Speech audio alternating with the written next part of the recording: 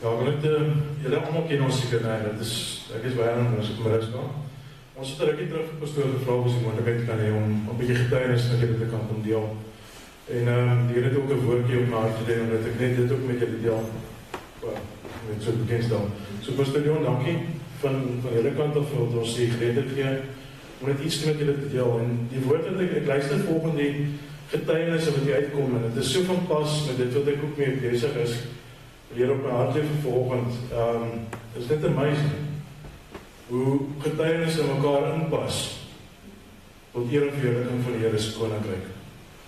En dis amazing, ek kyk bijvoorbeeld, 'n gedeelte wat hier op my hand geleef, hier rukkie terug, is 'n gedeelte wat baie van ons vertrouwd is mee. Markus 5, die verhaal van die besettene van die streek van Gadara. En almal van ons lees die gedeelte van die duiwels uitgegaan en die varke, almal by die hemel, en ons stop op 'n stadium met daai storie, en ons lees nie 'n gedeeltjie verder wat sê, maar Jesus het hom dit nie toegelaat nie, want hy het gekom sit by Jesus se voete, na die tyd, en hy wil by Jesus bly. En daai gedeelte sê, hy het hom nie toegelaat nie, maar vir hom gesê, gaan na jou huis, na jou mense toe, en vertel hulle wat 'n groot dinge die Here aan jou gedoen het, en dat hy jou barmhartig was. Elke getuienis wat ons volgende hoor ons wat Jesus sê vir ons, en vir daai persoon ook. Gaan en vertel jou storie, gaan vertel die getuienisse. En is amazing hoe die Here ook gewerk het met my in die tyd van, dit is net fenomenaal. Dinge wat in ons lewe gebeur het, afgelope 13, 16 jaar plus minus, van 2013 af wat het begin het. En mense van kyk partykeer, en mens mis die woord wat ons verduideliking gee van getuienisse. Ek het hier so 'n paar gedeeltjies bygeskryf wat vir my sê, so wat sê die woord van getuienis, die krag van jou getuienis byvoorbeeld, wat voorkom in Openbaring 12 vers 11, en hulle het hom oorwin deur die bloed van die lam en deur die woord van hulle getuienis, en hulle het tot die dood toe hulle lewe nie liefgehad nie. Dis uit getuienis uit. Die woord van die Here is geskryf uit getuienis uit. Psalm 66 vers 16 wat 'n gedeelte waarin staan wat hy aan my siel gedoen het. Die Here se redding doen iets spesifieks in jou siel. Dit verander jou. Dit verhoed jou om te vergaan in hierdie wêreld. Dit is net amazing. En ook bijvoorbeeld om jou geloof te deel. Volgens die getuienis is als die geloof wat jy deel, wat jy het in Jesus Christus. Handeling is 1 vers 8 bijvoorbeeld, die tweede gedeelte van wat aangaan ons, maar julle sal krag ontvang. En is ook môre aangehaal deur Romanrey wat sê, maar julle sal krag ontvang wanneer die Heilige Gees oor julle kom. En julle sal my getuies wees in Jerusalem, sowel as in die hele Judea, Samaria en tot aan die uiterste van die aarde. Dis als deel van getuienis. God se woord is getuienis. Psalm 119 vers 111 wat sê, en dis wat Dawid met ons meedeel, wat getuienis aan hom doen. Ek het 'n getuienis vir ewig as erfdeel ontvang, want dit is die vreugde van my hart. Die getuienis wat jy dra, getuienis wat die Here vir jou toelaat om te hê, dis 'n vreugde in jou hart, dis iets wat jy kan vashou, wat jou anker, wat jy kan terugverwys waar hy die Here jou gered het. Die goddelike getuienis van, wat staan ook in Johannes 5 vers 39, julle ondersoek die skrifte omdat julle meen dat julle daarin die ewige lewe het. En dit is die wat van my getuig.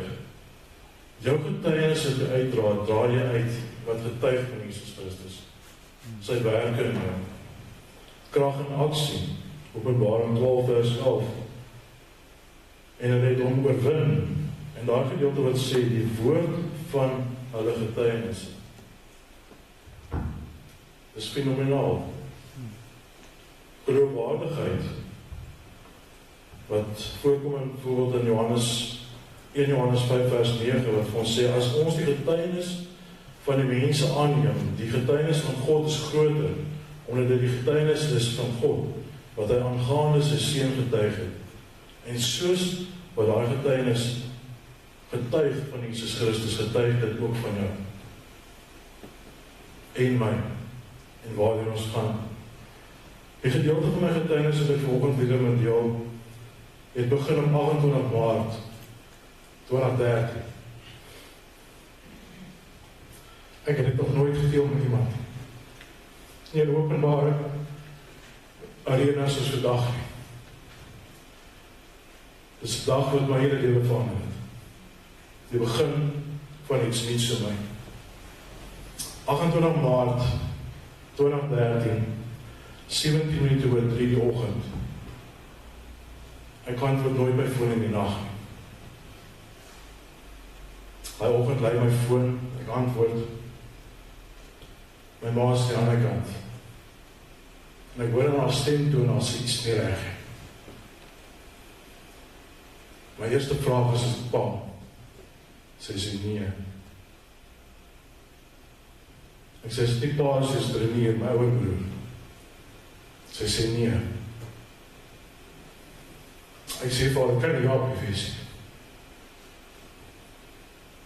Jaap is my jonge broer. Sy sê dit is. My horlosie het tot stilstand gekom, die uur en die minuut. En ek glo tot vandag toe, tot op die sekonde. Wanneer 'n onbekende man my klein boetie se lewe gevat het. Deur skoot af te vuur en om die dood toe te dien. En hy was oorlede nog voordat hy die grond getref het, volgens die nadoodse ondersoek. Inbraak in sy huis. Die skok van daai oorweldigende nuus wat ek gehoor het, maar is skok vir my gesê. Sy het letterlik gesien dat ek oor nag gehuis raak. Dis wat inpak. En daai inpak het groot repercussies gehad na die tyd ook. Vir 'n tydperk daarna. My horlosie het letterlik gebreek op die tyd toe my klein boetie oorlede is. My vrou het probeer aangee juwelier te sê as 'n manier wat hom kan regkry. Ek het van daai dag af dra ek ook nie meer horlosie nie. Want die tyd het stil gaan staan. Ek dra van daai dag af ook nie meer die horlosie nie, want een wat ek gehad het, kon nie meer herstel word.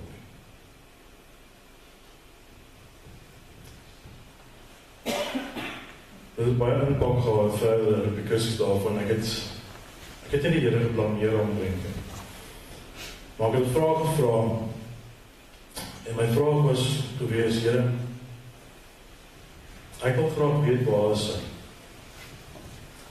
En elke keer as ek die vraag vra, het ek gevra, Here, geef my die voorletters, wys my waar hy is.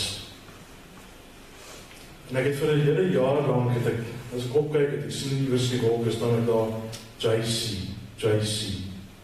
JC in die wolke. En my klein boetie se voorletters is JCB, Johan Christian Jakob. Ek het dit nooit raak gesien, vir die Here het vir my wys nie. Die Here is getrou in die klein goedjies. Die klein vragies wat jy hom vra, antwoord hy. Vir 'n hele jaar lang wys die Here vir my in wolke, JC. Ek sien dit nie. Tot jy nou iemand, jy nog ons kon kry, die eerste woorde was het my sê, weet jy waarvoor staan JC? En dan my vraag, Here wys my waar is hy? JC, Jesus Christus. Ek redeneer, ek wil sien JC in die wolke, maar die Here het 'n beter antwoord vir my. JC, Jesus Christus. Buiten die feit dat ek dit gevra het, dat ek ook in daai hele jaar het ek siek geraak. My liggaam het 'n baie groot nageval. Ek was deur toetse gewees waar ek 8 moontlike hartaanvalle gehad het. Al die toetse was negatief. Ek Ek het angsaanvalle begin kry, ek het onttrekking van sosiale geleenthede en situasies begin. Dit wat julle vandag sien, is 'n miracle voor julle. Ek het nie die vermoë gehad om voor mense te praat. Ek sou heel wegkry dat ek met myself gaan speel. Minderwaardigheid het ingetree. Twyfelagtigheid, skepties oor alles. Al hierdie goeders het ingekom. Deur skok. Deur my klein bietjie se dood. Begin depressie kry en ons het 'n amazing dokter by en hy het deur elke faset van my lewe daai hele jare het by my gestaan en vir my verduidelik en gesê, hey, wees rustig. Al die toets is negatief, kry net jou mindset uit hierdie ding. Die laaste keer wat ek hom 'n draai gemaak het, sê ek my, weet jy wat, ek het geen ander keuse meer as om jou te kan diagnoseer met depressie. Maar voor ek hierdie pille vir jou gee, wil ek vir jou 'n vraag vra. Waar is jou geloof? Hy vraag roep my tot stilstaan, want hy kom uit 'n huis uit van AGS, PPK, ken die Jesus besigheid. My ma is wedergebore. En ek sê dit ook so vir hom, en hy sê vir my die volgende wat hy sê, nee, ek wil nie vir jou vra, my vraag aan jou is, waar is jou geloof? Ek vra nie waar jy gesien het wat jy geloof. Ek vra, waar is jou geloof, jou innerlike geloof? My vraag skok my, tot helderheid, om het so te stel. En ek gaan begin introspeksie doen, en ek staan met hierdie medikasie in die hand, en ek dink ek het 2 dae gebruik. En almal wat depressie bereik, ek sien medikasie sleg, maar vir my het dit nie gewerk. Dus dit my begin so goed is laat raak, en dit werk met my. En ek staan die dag en ek sê, Here, ek wil graag weet, my vraag, vat die pille, trek in my hand, stikkend en ek gooi het weg. Onthou, dit is 'n stadium van ons lewe wat ons nie van ons bewus om tot bekering gekom het. Ons ken nie die impak van God nie. Ons het dit net altyd gesien. In 4 maande se tyd, elke simptoom my verlaat. Ek kon weer lewe. Ek het nie medikasie nodig gehad om my aan die gang te hou. Dis ook wat ek vir vanmôre wil sê, God is in die detail. Na al hierdie gebede, ek kan nie presies onthou hoe dit gekom het, maar ek sit eendag, en ek hoor 'n stem agter my sê, hy sê vir my die volgende is, now that I've showed you who I am, what are you going to do about it?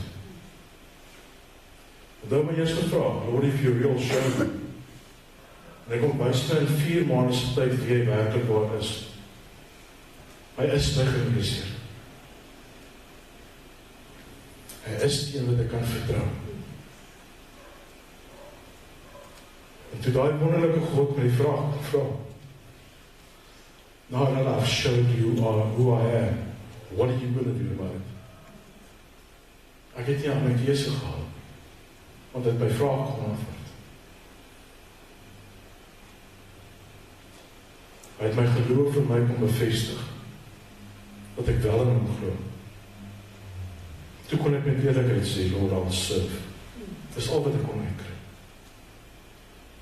Dis 2013. Ek het nog nooit hierdie getuienis in detail met iemand gedeel nie, en dit is dankie vir die platform, dat ek het kon doen. Prys die Here.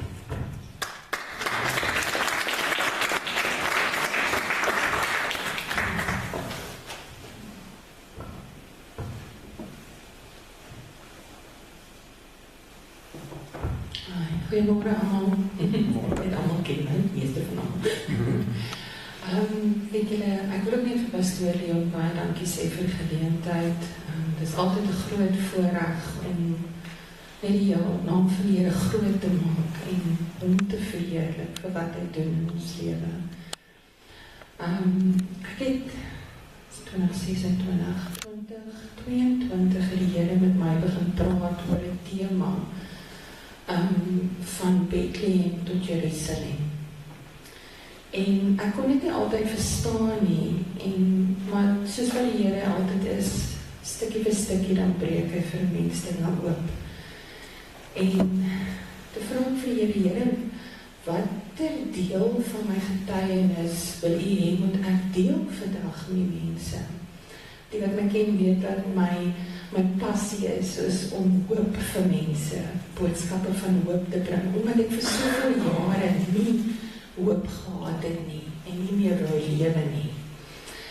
Maar in hierdie gedeelte, ja, soos wat Werner vertel het, dit was die begin waar die Here ons net ons lewe begin verander het.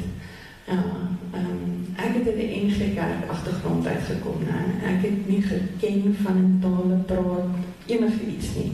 As jy naby my gekom het, dan het ek gelukkig, ek gaan nou terug. Gelukkig het ek 'n maand na my man tot wedergeboorte gekom, en dit sou dinge nie baie goed gewerk nie. Want in daai maand voor die tyd, dan sê ek vir hom, jy vat die Jesus ding nou baie ver. Dis nie die plek vir dit nie. Maar ons weet wat dit is, wat 'n mens dryf. Maar toe ek 'n persoonlike ontmoeting met die Here het, toe verander alles.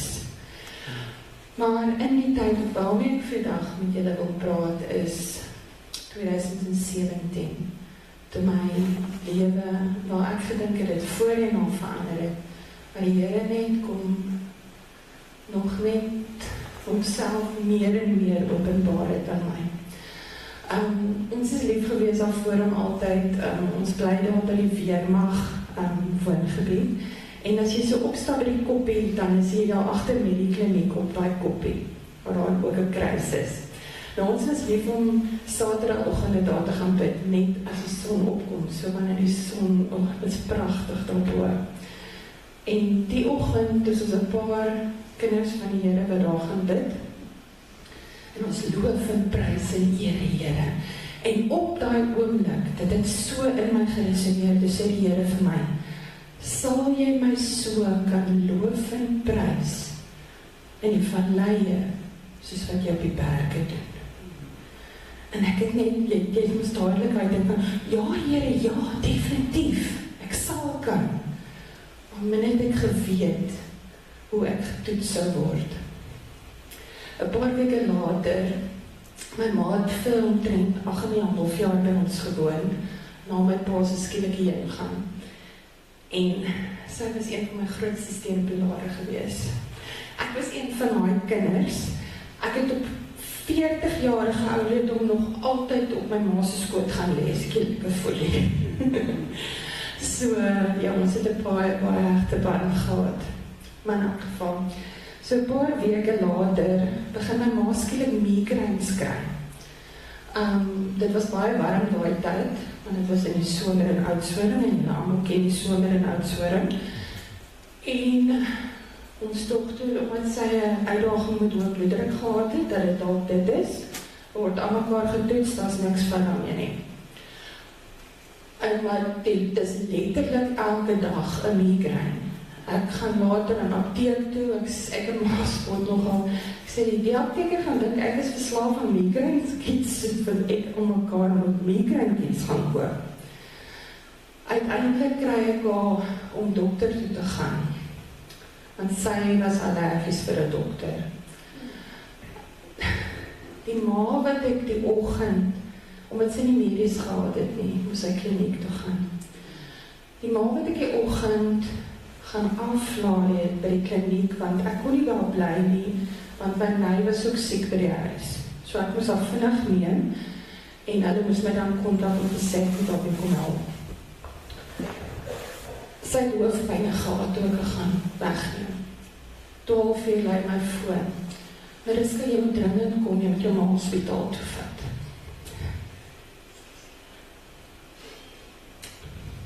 En ek moes toe werk nog, ons gaan met die busie, en ons het so gespot altyd, my ma het naweek pas gekry, van die hospitaal, om by my broer hulle te wees vir die naweek vir die biopsie. Maar weet julle toe ek daar aankom, dit was so lekker om haar te sien. Sy het gesond gelyk, dat nie gelyk as vir siekes sê. En sy het nog altyd gesê daai tyd, toe sê sy, ag, dit is so lekker om al my merkies op die stellasie te hê, net Werner kort. Maar in elk geval, nou kom ek by die kruks van wat die Here vir my gesê het, wat ek vandag met julle regtig moet deel. Was jy al in Getsemane? En die Sondag aand, toe ons gaan lê ek by my ma op die dubbelbed, net om seker te maak dat sy okay is en wanneer sy hulp nodig het. En sy was nie bekommerd oor haarself nie. Sy het die hele tyd vir my gevra, Mariska, is jy okay? Voel jy gemaklik, is jy alright? Niks nie. Sy is nou in hierdie posisie nie. En dit het my so getref, en later dan het sy in die slaap geraak, ek het haar so in my arms gehou. En toe ek kon slaap het, bid ek. En ek vra, Here, as dit U wil is, laat hierdie lydingsbeker verby my maag gaan. Maar tog nie my wil nie, maar U wil, Here. En ons is geneig om te dink God se wil lyk soos wat ons dit wil hê. Ons het altyd vir die Here gevra dat my ma nie moet ly nie, dat sy genade aan haar moet betoon. Maar wat maak ons wanneer sy genade anders lyk as wat ons verwag het? Ek sê mos daai aand was ek noem dit die moeilikste gebed wat ek nog ooit in my lewe moes bid. Die maandagoggend, sy was so helder geweest, en ek weet dit was die Here wat dit gedoen het, dat ek en sy net 'n tydjie kon saam hê. Sy was altyd lief vir 'n roosterbroodjie met marmelade op. En daai oggend het vra ek vir wat kan ek vir mamma bring om te eet, voordat ons saam moes terug in die hospitaal toe. Sy sê, roosterbroodjie met marmelade. Ek gaan maak het te vaar, en ons sit te gesels. En weer eens is sy gepla oor haarself, sy is bekommerd oor my en Werner, en waar kom die geld vandaan vir al die biskaartjies en die petrol heen en weer van Oudtshoorn na Kaap toe. En ek sê, ma, moet nie bekommerd wees, sê, die Here voorsien nog die hele tyd. En ja, maar toe het nou tyd kom dat sy moet teruggaan hospitaal toe raak sy nou baie ongelukkig. En sy sê, en ek sê, mama, ons moet maar vat. Die dokter sê, mama gaan net uitgekom het, omdat ons beloof het, ons gaan maar terugbring betyds. Maar in elk geval, toe raak sy baie kwaad, en sy wil met my praat, en sy sê vir my, julle vat my terug, sodat hulle my kan doodmaak. Ja, toe eindelijk. Maar in elk geval, en dit is iets wat ons na die tyd gedink het aan 28 Maart 2017. 4 jaar nadat Werner se boetie geskiet is en gesterf het, bars die gewas in my ma se brein, en sy sterf van inwendige bloeding, voordat hulle haar kon instoot vir die biopsie. Vir my was dit die verskriklikste ding om te weet, ek staan langs my ma se sterfbed, en ek het die geweer is al sterfbed. Maar in dit het God my geleer, dat hy het my gebed beantwoord. Hy was al genadig, maar hy het dan nie ons in die hele tyd gebid vir genesing, dat die gewasse moet verdwyn alles. Maar hy het al genees, want hy het al huis toe geneem. So, wat ek vir julle wil sê vandag, ek het gedink, daar was fout met my gewees. Ek was kwaad vir die Here, omdat hy my ma kom haal het. Ek was kwaad vir myself. Ek het gedink, daar was fout in my. Maar in dit begin leer ek wat het regtig waar is om 'n intieme verhouding met God te hê. Ek het in die vasbinding gehad wat 'n intieme verhouding met God is nie. En wie van julle was al op 'n punt, of voel dalk nou op die oomblik, dat jy nie kan aangaan en dat jy voel of jy wil opgee. Ek was ook daar. Maar die Here het my geleer, dat ons moet nie opgee nie, ons moet oorgee. En dit is waarvoor Getsemane daar was. Selfs Jesus het homself op 'n plek bevind waar hy vir sy Vader gevra het, tog nie my wil nie, maar U wil. So, as jy vandag deur iets baie moeiliks gaan, moet jy opgee nie, gee oor. Want in die oorgee begin hy vrede, dat ons kan dit nie verstaan nie, ons sal dit nooit kan beskryf nie. Ek sal wat wil gee om my ma terug te hê, my steenpilaar, die een op die skoot ek gelê het. Maar ek sal nooit my intieme verhouding met God wil opgee nie. Ek weet my ma is by Jesus. En in dit het ek waarlik God ontmoet. So, ek het nou nie wou my baadjie uittrek, maar die eintlike boodskap wat ek vandag vir julle wil bring ook. Moenie opgee nie, gee oor. Jy kan, want Jesus het. Amen.